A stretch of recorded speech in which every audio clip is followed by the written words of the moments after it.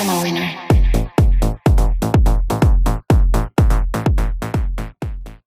Hello everybody, this is Imran Jamil. Once again, today I just wanted to share my experience of these amazing Ray-Ban smart glasses that you must have seen a lot of reviews about already if you're into these things or this type of gadget. The best thing about these glasses are that they just have a very normal wafer frame from Ray-Ban, and it's very comfortable to wear. And the good thing is I went with the clear transition glasses. I'm thinking about getting my reading prescription lenses over here too, but it's a little bit more complicated than that. Even these ones were mostly out of stock in most places. So I'm lucky to get that in the size that I wanted. I went with the large size, not the extra large, because that extra large was too big. Unlike other glasses, they don't have a lens in the middle or just on one side, but they have two lenses on both sides. However, only the right one is functional. The only thing is that it shoots in vertical mode. It's not landscape. So basically more like a portrait mode, but it's a wider portrait mode. However, the quality is good enough that I could zoom in and show full screen without stretching or anything.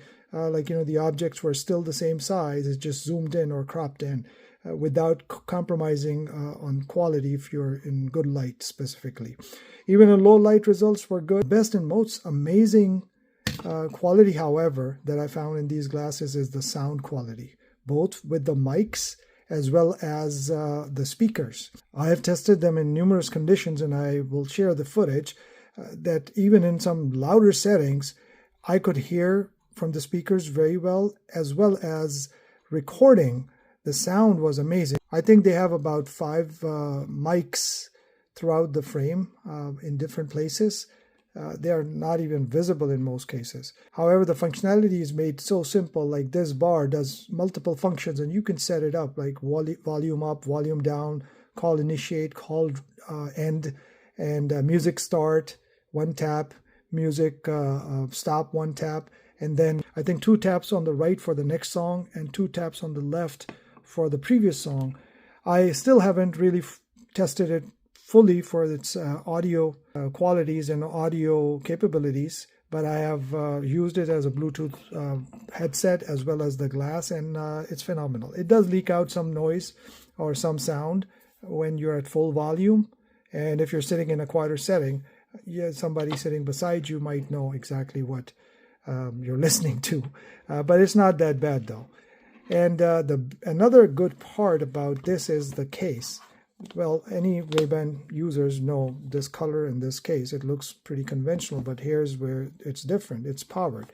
So you have this USB-C cord over here, and you can use this button to pair or unpair or repair. I haven't really had good luck with using this button, so I had to go with the glass turn off and turn on. Like over here, this is turn on and turn off switch. And then this is the button that on one tap, it takes a photo, and then you keep it for a second or two, and then it starts recording. And same thing to stop recording. You can also take a picture while recording. Now, coming back to the case does have a charge port right there. So when you put the glasses back, they charge, and that's the best feature because it can always be charged. Whenever you're not using the glass, you can put it in and it'll be charged. In the case itself, I haven't had to charge the case more than once in about 2 weeks now.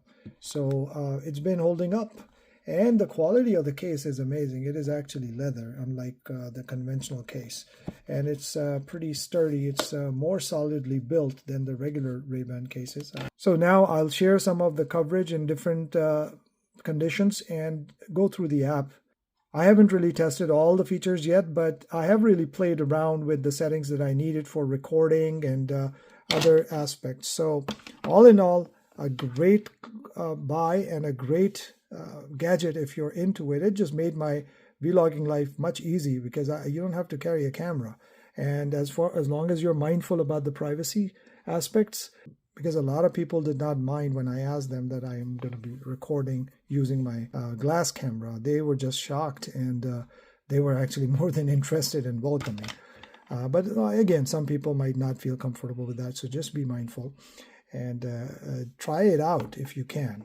At least I've tried multiple glasses, and these are the ones that I think I'm gonna keep. So please stay tuned for more coverage, the results, and overall conclusion of these glasses, the app. And it's a brief initial review that I wanted to do. However, I've traveled with these glasses and I've found them to be extremely helpful. Okay, still in Tampa, but now this is the coverage from raybanmeta smart glasses. And as you can see, other than the part that it does not provide you the landscape mode, even the portrait mode is on the wider side, so it does a pretty good job. But overall, the experience is very smooth and manageable. The quality, especially from the camera, is amazing. Right, continuing the coverage for this raybanmeta glasses, as well as the trip to Tampa. Now, this is one of the neighborhood lagoons in pretty much every new neighborhood. So try it out for yourself, but it's a very handy tool that is not very expensive and can really save you in crunch situations.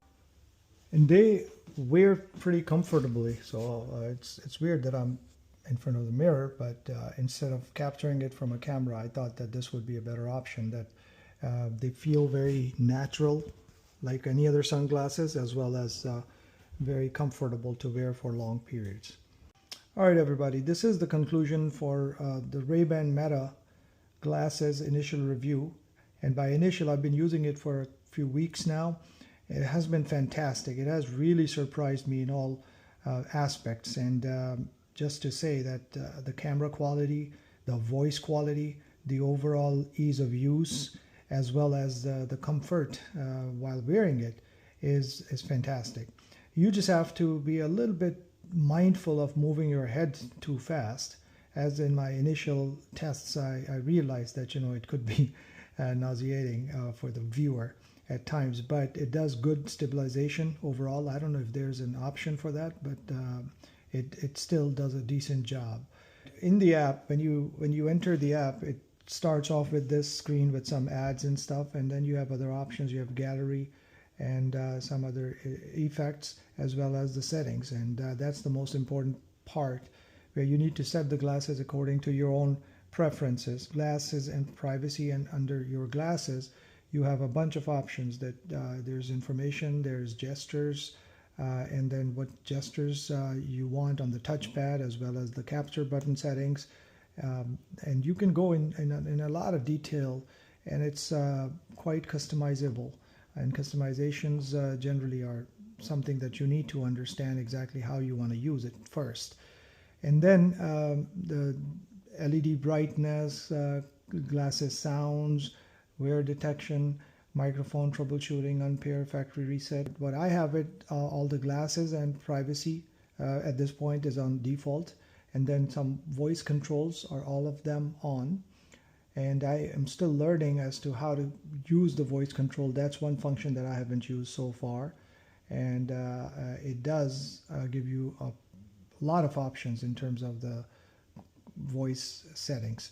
Then the camera settings just offer you two options: capture button, where you want the capture button to be for pictures, and as well as for videos, as well as the video length. That's the most important one. I have them set at 60 seconds. That's the max you can record. That's another limitation, but it's actually good, because sometimes you have longer duration clips that you have to do a lot of editing on. So by limiting it to 60 seconds, it's actually helpful, and it can play in one continuity once you're viewing them or playing them. And then we go back to calling and messaging. These are some great options there. So right now it'll call the messages and read them out to you while you're wearing the glasses, and the sound quality is pretty good and loud enough. Or WhatsApp is also included, and that was a cool feature where all the messages were being read out. Now, obviously, if somebody shares a picture or a link, it's not gonna share that or read that out, but it'll tell you that it's a picture or a link or a video. Then for music settings, you have many options. You can directly connect it with Spotify. I haven't done it yet. And then you can also set up to auto pause when a call comes, and if you're recording and things like that. You have push notifications, meaning that they'll be read out to you, or you'll get a prompt for them as they come, instead of you trying to manually initiate and finding out if there is a message of any kind or a notification. Then the glasses update, I would put it on automatic updates, so that if there are any updates for the software, they come through directly and I don't have to worry about checking it. Then Wi-Fi, app info, data privacy, and in data privacy there are a bunch of options, so you can share or unshare the data depending upon how you want to set it up. And more customization than I thought possible with a pair of glasses. So really loving it. I didn't know when I first got it whether I'm going to keep it, just like some of the other ones I've tried, but this one for sure is a keeper. It just makes it so easy to record. You just have to be mindful of your head movements that don't move abruptly, or just move slowly, and the overall quality is fantastic. If you like this video, then please like, share, subscribe, and don't forget to press the bell icon. Have a good one. Take care.